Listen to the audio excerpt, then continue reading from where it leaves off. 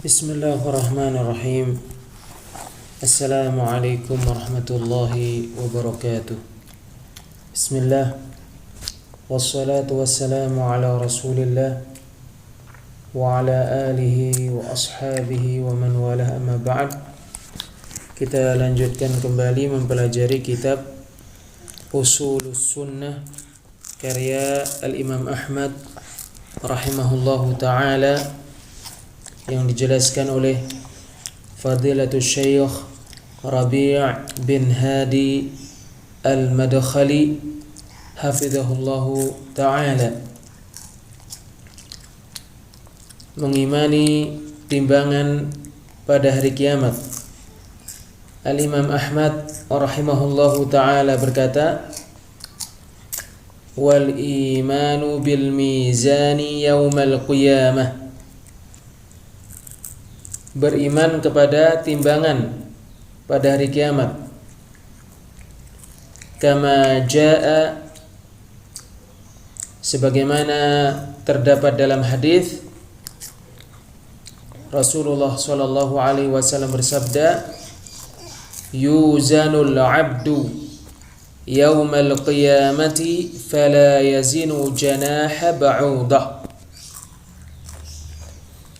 Seorang hamba ditimbang pada hari kiamat, lalu timbangan hamba itu tidak mengungguli berat timbangan sayap nyamuk. Dan sebagaimana disebutkan dalam hadis, Rasulullah sallallahu alaihi wasallam bersabda, tuzanu a'malul ibad, amalan-amalan para hamba ditimbang. Kama jaa fil athar, sebagaimana terdapat dalam athar, sebagaimana datang pada athar. Wal imanu bihi wat tasdiqu bihi,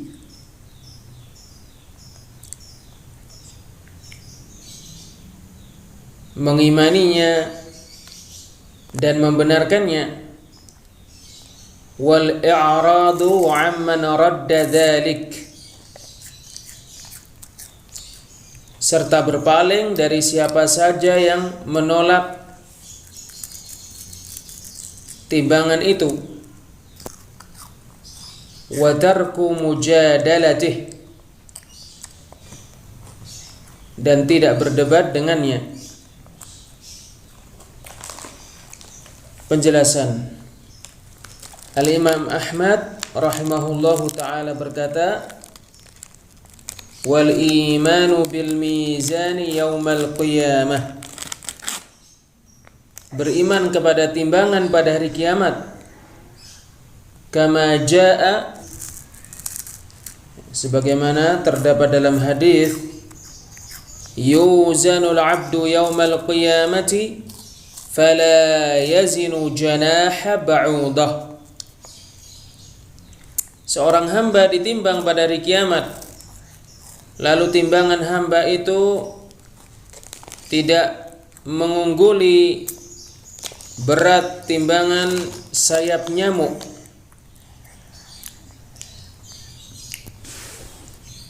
Disebutkan dalam hadis yang lain, Rasulullah sallallahu alaihi wasallam bersabda, yu'ta birrajulil 'azimis samin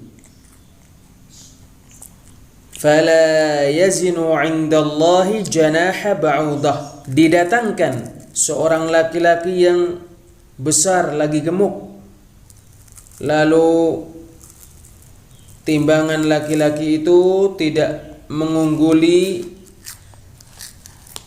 berat timbangan sayap nyamuk di sisi Allah. Di dalam hadis Rasulullah ini terdapat dalil yang menunjukkan bahwa orang-orang ditimbang,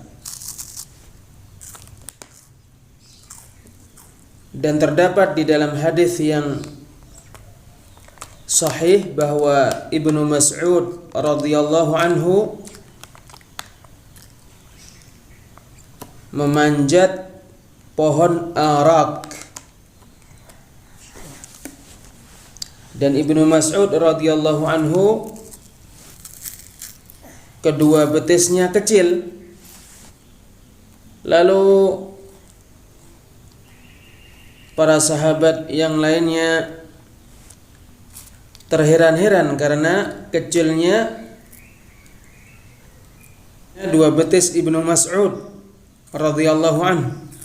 Maka Rasulullah sallallahu alaihi wasallam bersabda, "La ta'jabu min diqqati saqai."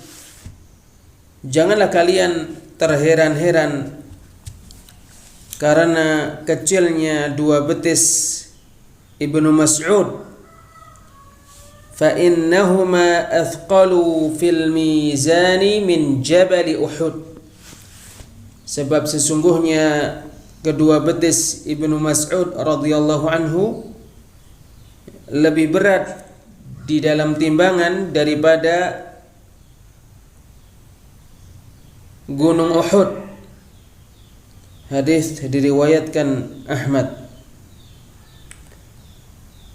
Ini adalah dalil yang menunjukkan bahwa orang-orang ditimbang. Adapun amalan-amalan maka tidak terdapat perbedaan padanya, bahwasanya amalan-amalan ditimbang. Orang-orang Mu'tazilah, orang-orang Jahmiyah dan ahli kesesatan mengingkari timbangan yang bisa dirasakan. Mereka mengaku bahwa timbangan adalah keadilan. Ini adalah perkataan Mu'tazilah, Jahmiyah dan orang yang sepakat dengan mereka dari ahli kesesatan, sebab mereka mengingkari timbangan. Timbangan memiliki dua neraca yang padanya amalan-amalan ditimbang. Termasuk dalil yang menunjukkan adanya timbangan adalah hadis catatan-catatan amalan yang akan datang, yaitu Allah Tabaraka wa Ta'ala mengabarkan kepadanya, yaitu kepada seorang hamba, dan menghadapkan kepadanya amalan-amalannya. Maka tiba-tiba ada 99 catatan amalan yang memenuhi antara langit dan bumi. Kemudian dikatakan kepada hamba itu, "Hal laka amal?" Apakah kamu memiliki amalan? "Hal laka min khair?" Apakah kamu memiliki suatu kebaikan? "Hal laka min amal?" Apakah kamu memiliki suatu amalan? Maka hamba itu berkata, "La ya Rabb." Maka Allah Subhanahu wa taala berfirman, "Bal laka 'indana hasanah." Bahkan kamu memiliki di sisi kami kebaikan. "Wala yadhlimu rabbuka ahada." Rabbmu tidak menzalimi seorang pun. "Fatud'u la ilaha illallah fi kiffah." Lantas la ilaha illallah diletakkan di suatu neraca timbangan. "Wa tud'u hadhihi sijillatu 99 sijillin fi kiffah." Dan catatan-catatan amalan ini yang berjumlah 99 catatan diletakkan di neraca timbangan yang lain. "Fatarjihu bihima la ilaha illallah." Maka la ilaha illallah timbangannya lebih berat daripada catatan-catatan amalan itu. Li'annahu la yathqulu ma'asmillahi syai'. Sebab tidak ada sesuatu pun yang berat bersama dengan nama Allah. Hadis diriwayatkan Tirmidzi dan Ibnu Majah. Yang sungguh terdapat di dalam hadis Rasulullah sallallahu alaihi wasallam bersabda, "Law wudi'atis samawati as-sab'u wa man fihinna wal aradina as-sab'u wa man fihinna fi kiffah." Seandainya 7 langit, siapa yang di dalam 7 langit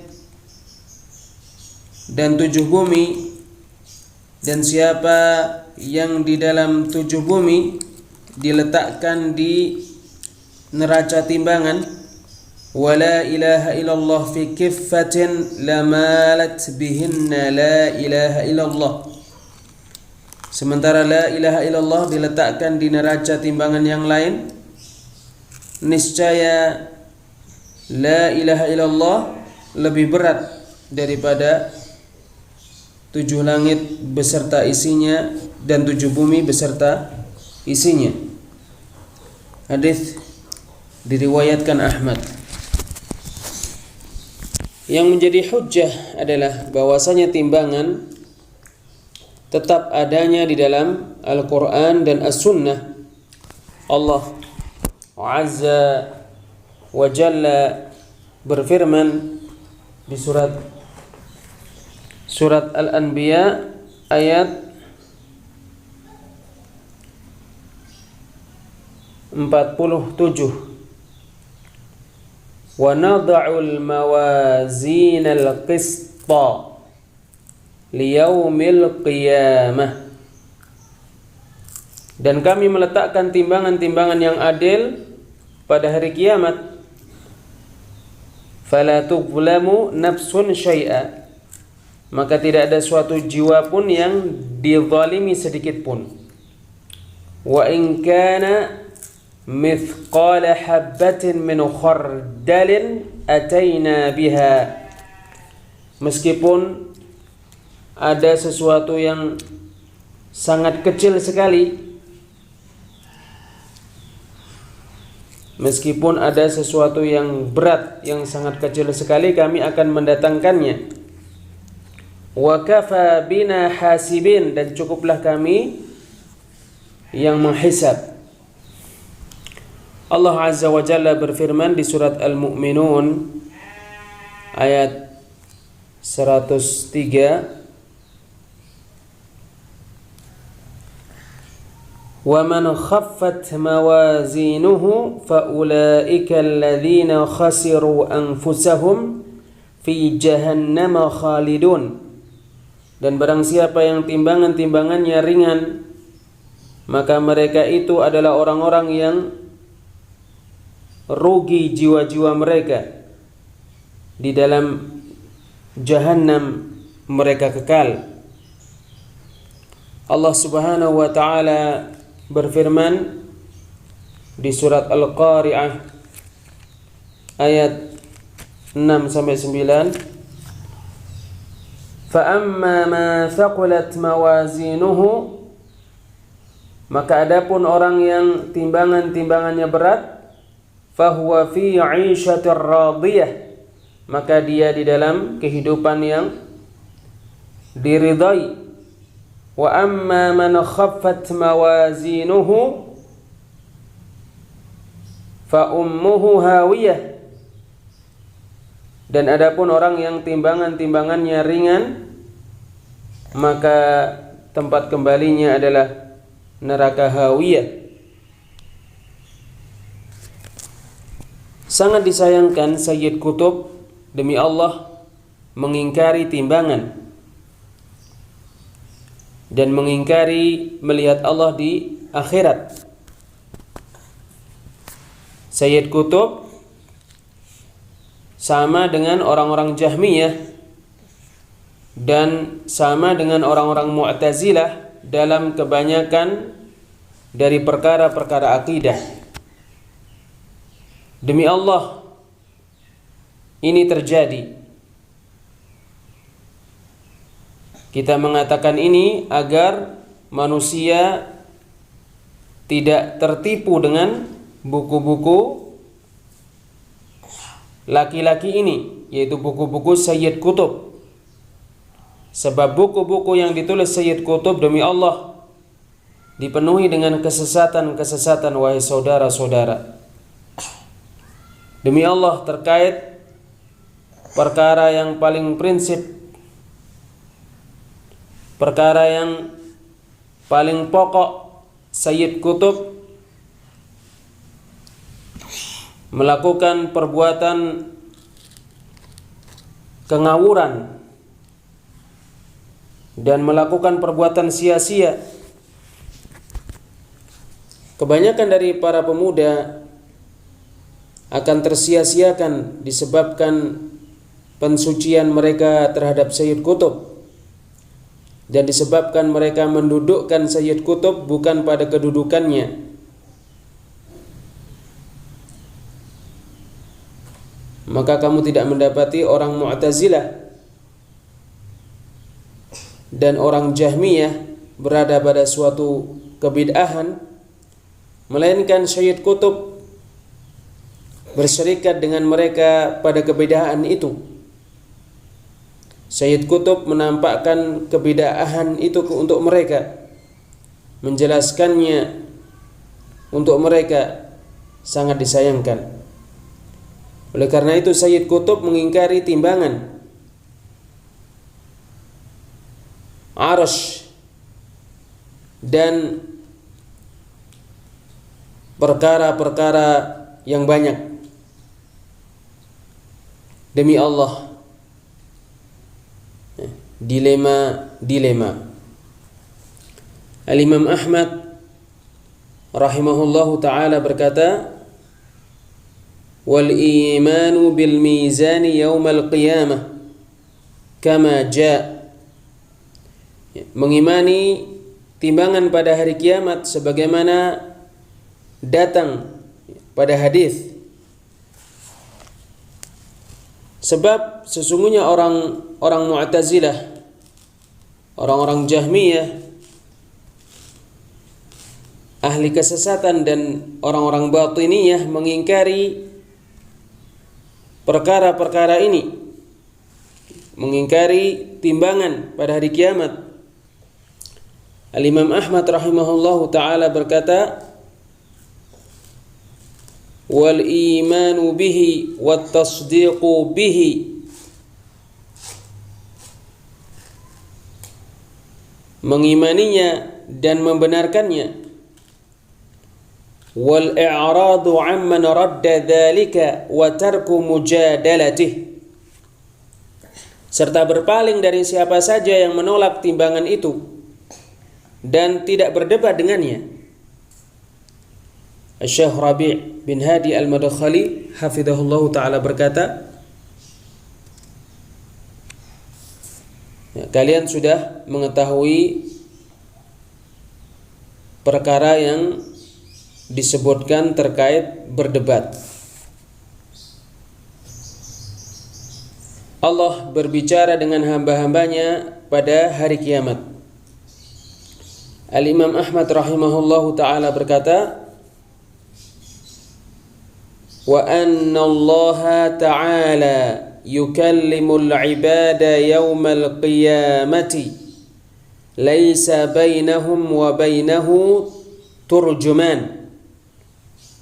Sesungguhnya Allah Ta'ala berbicara dengan para hamba pada hari kiamat, tidak ada antara mereka dengan Allah penerjemah. Wal imanu bihi wat tasdiqu bih, mengimaninya dan membenarkannya. Rasulullah sallallahu alaihi wasallam bersabda, "Ma minkum min ahadin illa sayukallimuhu rabbuhu, laisa bainahu wa bainahu turjuman."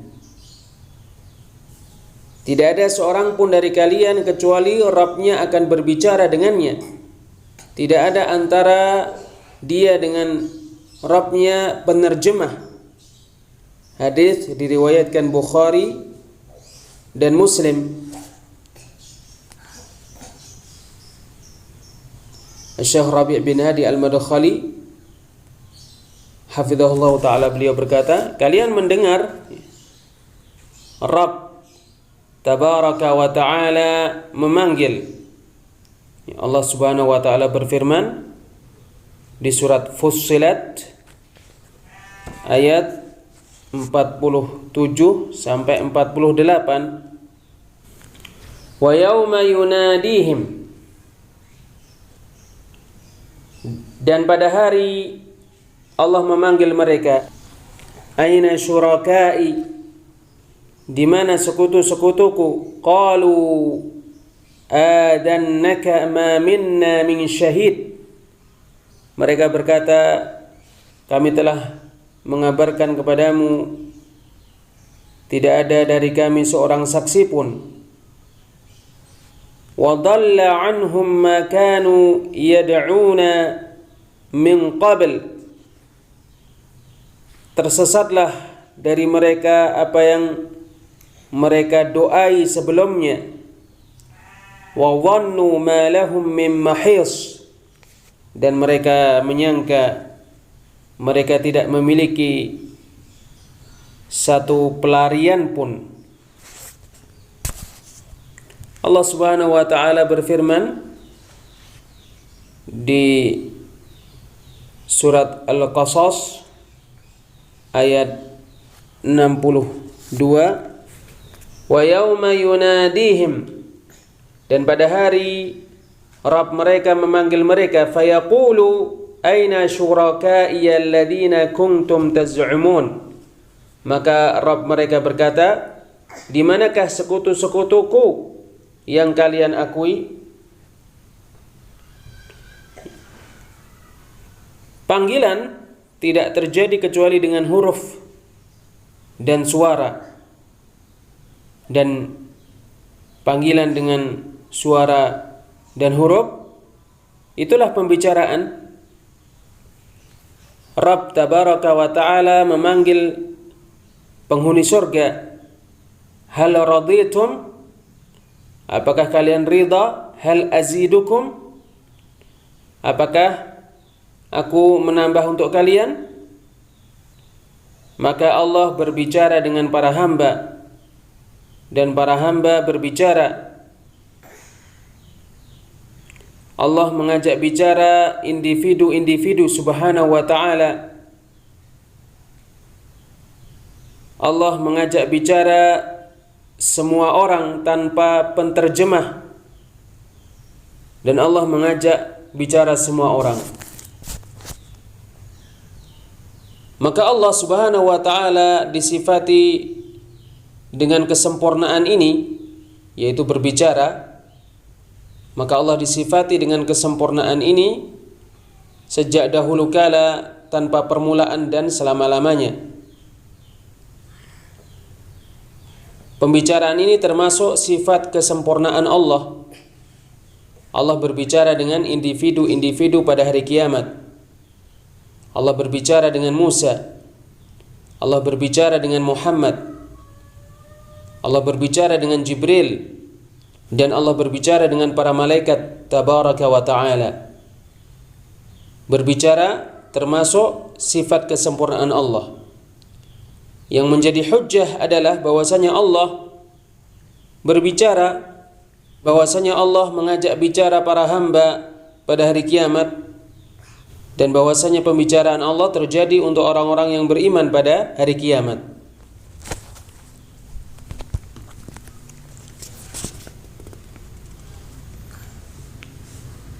Wallahu a'lam bis-shawab. Insyaallah kita lanjutkan pada pertemuan yang lainnya. Subhanakallahumma bihamdik asyhadu an la ilaha illa anta astaghfiruka wa atubu ilaik. Wassalamualaikum warahmatullahi wabarakatuh.